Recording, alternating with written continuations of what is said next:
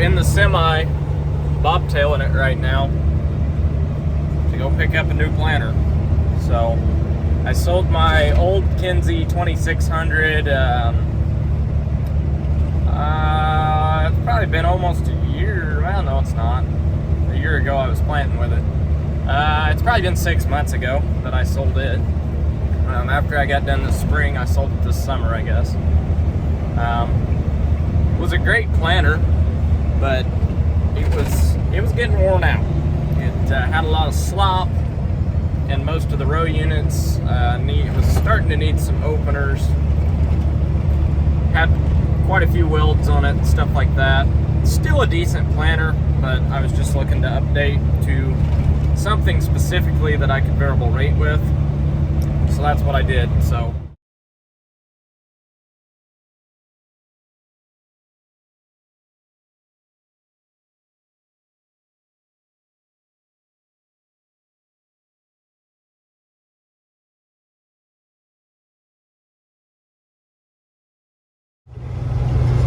well, there it is, the new planter.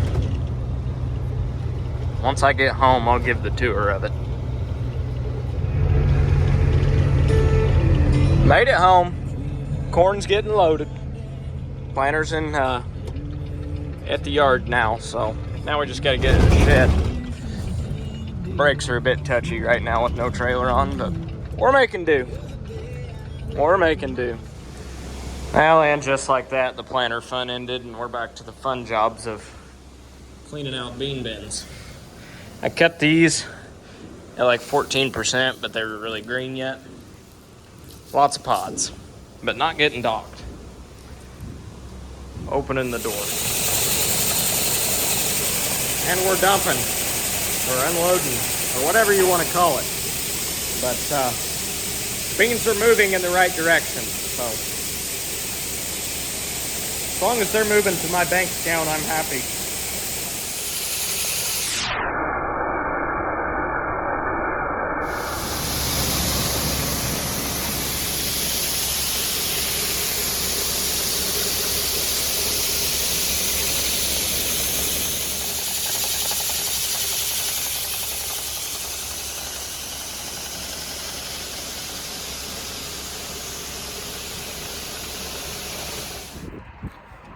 Morning.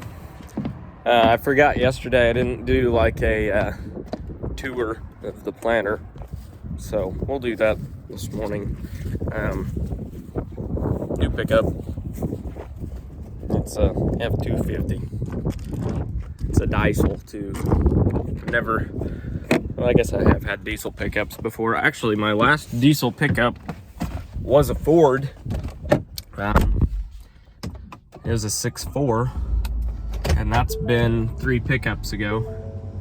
But essentially, I bought this truck. It already has 125,000 miles on it. But I would rather buy them with 125,000 miles on it because you can buy them way cheaper than what a new one is. And I still have a 2-year, 40,000 mile warranty. And I put about 20,000 miles on them a year. And in 2 years, I'll get another new truck. They're not new, but 100,000 mile truck. And I'll get a warranty on that too. And then we took the fuel tank and toolbox out of my Chevy and put it in the GMC. So that's gonna be a full-time farm truck, and I'm building a service skid. It's in the shop right now, and I'll give you a little tour of that as well. That's gonna turn out pretty neat. It's got a welder, a generator. It's gonna have a toolbox on it, and I'm gonna put a torch on it. And I bought an air compressor that's on it already. So pretty much have everything I need in the field when I break something, which it's not if, it's when I break something. Yeah. So we'll pull back here and check this planter out. It's pretty neat. It's very similar to what I had, but kind of not at the same time. So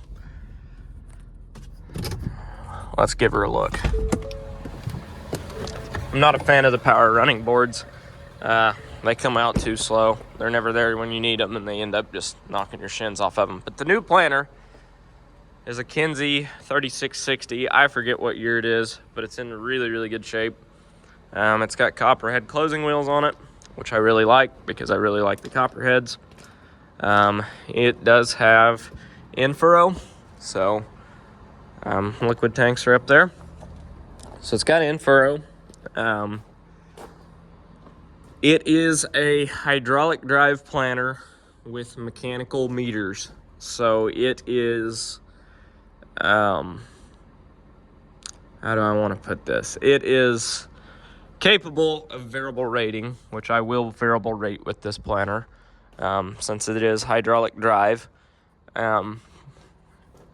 But it does have electric clutches as well, so it will,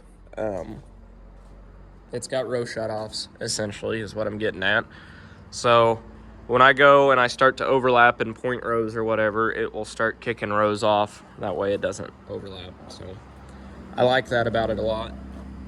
Apparently that truck just went into regen because it's revving itself up.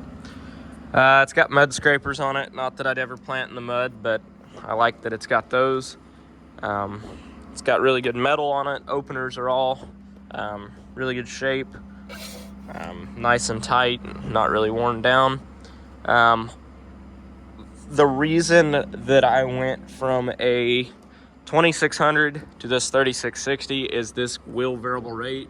I farm a lot of odd shaped fields, and this has the capability to shut off rows so I'm not wasting as much seed,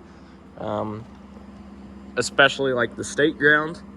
You know, when you're in 5-acre irregular shaped fields, you waste a lot of seed. So having this, I can cut down on seed cost a little bit, and I really like being able to variable rate because essentially, if right here, that's your wet spot in your field that holds water, or it's good dirt, holds water, you know, I'll put that population when I'm planting corn at 36, 38,000. But then you get over here and you're on a hillside and, well, doesn't hold as much water. I'll back that population down to, you know, 29, 32,000 per acre. So it doesn't really save seed. It just puts the seed where it needs to be, where it's going to maximize your return. So that's why I did it. It does have precision finger pickup meters, so it is a mechanical meter still, just like my old Kinze. I like the frame on this planter a lot more. It's a lot beefier frame. My 2600 was getting a lot of age on it, so these were getting really loose on it. It was starting to need iron. I mean, it would have taken a whole lot of time and a whole lot of money to get that thing in the shape that this planter is. And the problem I have with that is you can put that money into it, but it doesn't necessarily make it worth that much more money. So your money had to trade up. Another thing I like is this right here. That cylinder will actually rock this axle, so it'll pivot. That is for, obviously this is a very long planter when it's folded. So if you're crossing a low water crossing or something, it will it'll drop the front end down or raise the back end, whichever you move it towards. So you can cross ditches and things like that a little bit better. I like that about it. Even the 3600s do not have that.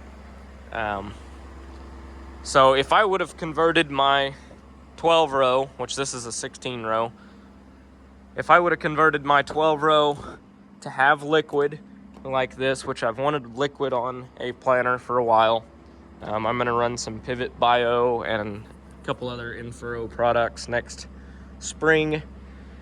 So if I would have put liquid on my 2600, if I would have put hydraulic drive, row shutoffs, put new iron on it, got all the slop out of it, I would have had more money in it than what I spent on this. So it made sense to trade planters. A planter and a combine and a sprayer, that is the three most important things on the farm to me.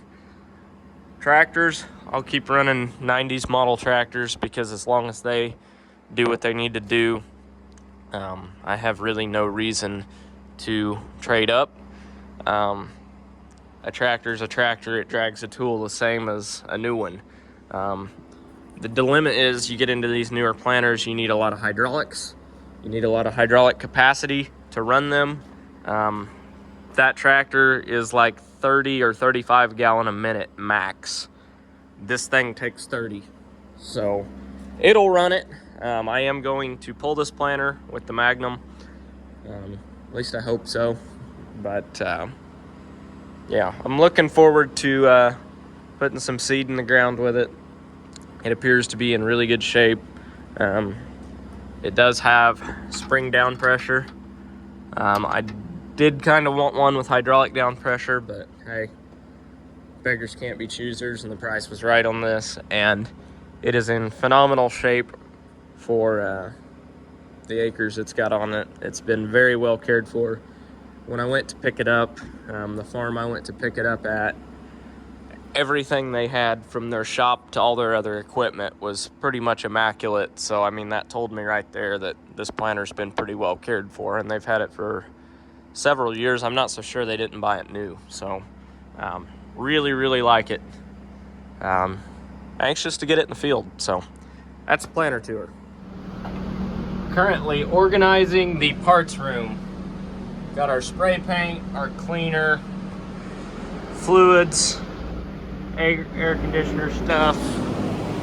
Basically, we're emptying this whole shelf out because we're getting ready to build a false wall here and do some hood rat stuff. So yeah, on the move. Not a completely unproductive day. I mean, we got something spread. Just loaded up the last load. I thought it was going to be way too wet. I kind of started walking around. This field's been no-tilled for 3 years, and it's pretty solid on top. So